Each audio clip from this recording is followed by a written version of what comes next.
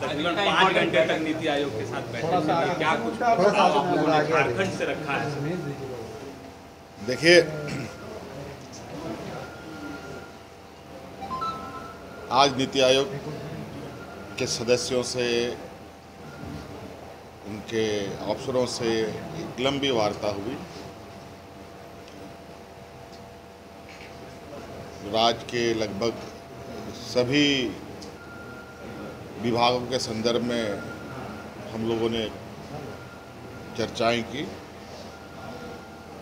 बाकी चीज़ें ऑफिस की तरफ से आपको उपलब्ध होगा, लेकिन मोटा मोटी तौर पर हमने जो बाकी अपनी बातें रखी है कि जिस राज्य से देश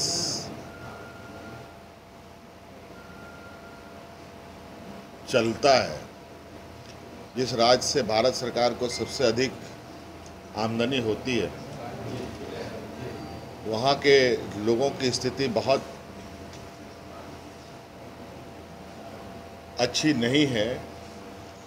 इसके लिए कहीं ना कहीं संसाधनों की आवश्यकता होती है और संसाधन जुटाने को लेकर के सारी शक्तियाँ लगभग केंद्र सरकार के पास है।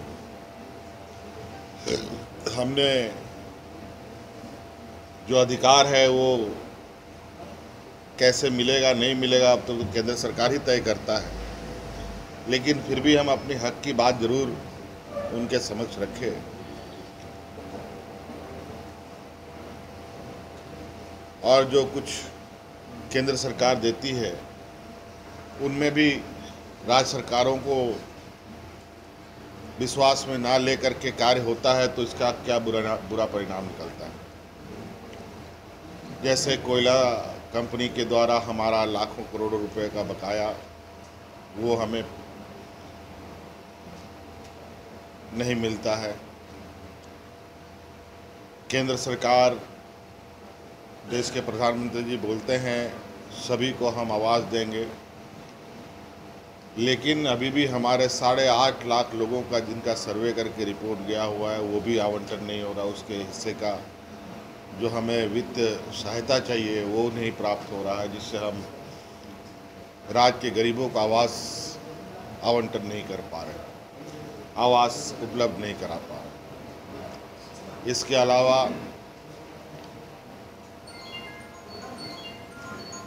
खाद्य सुरक्षा अधिनियम के तहत सभी गरीबों को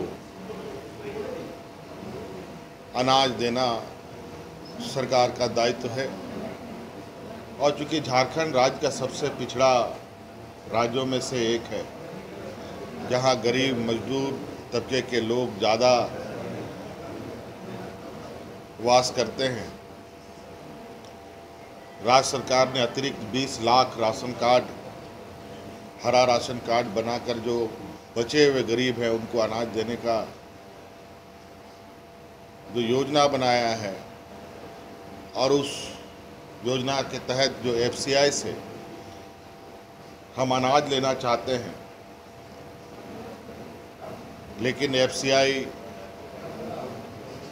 राज्य सरकारों को अनाज नहीं दे रही, हमें भी नहीं मिल रहा है। अब नतीजा हो रहा है कि हमको खुले बाजार में महंगे दारों पर अनाज खरीदकर गरीबों को देना पड़ रहा है। हमारे साथ भी ये घटना घटी है और हमें जानकारी मिली है कई और राज्यों में भी FCI या राज नहीं दे रहे।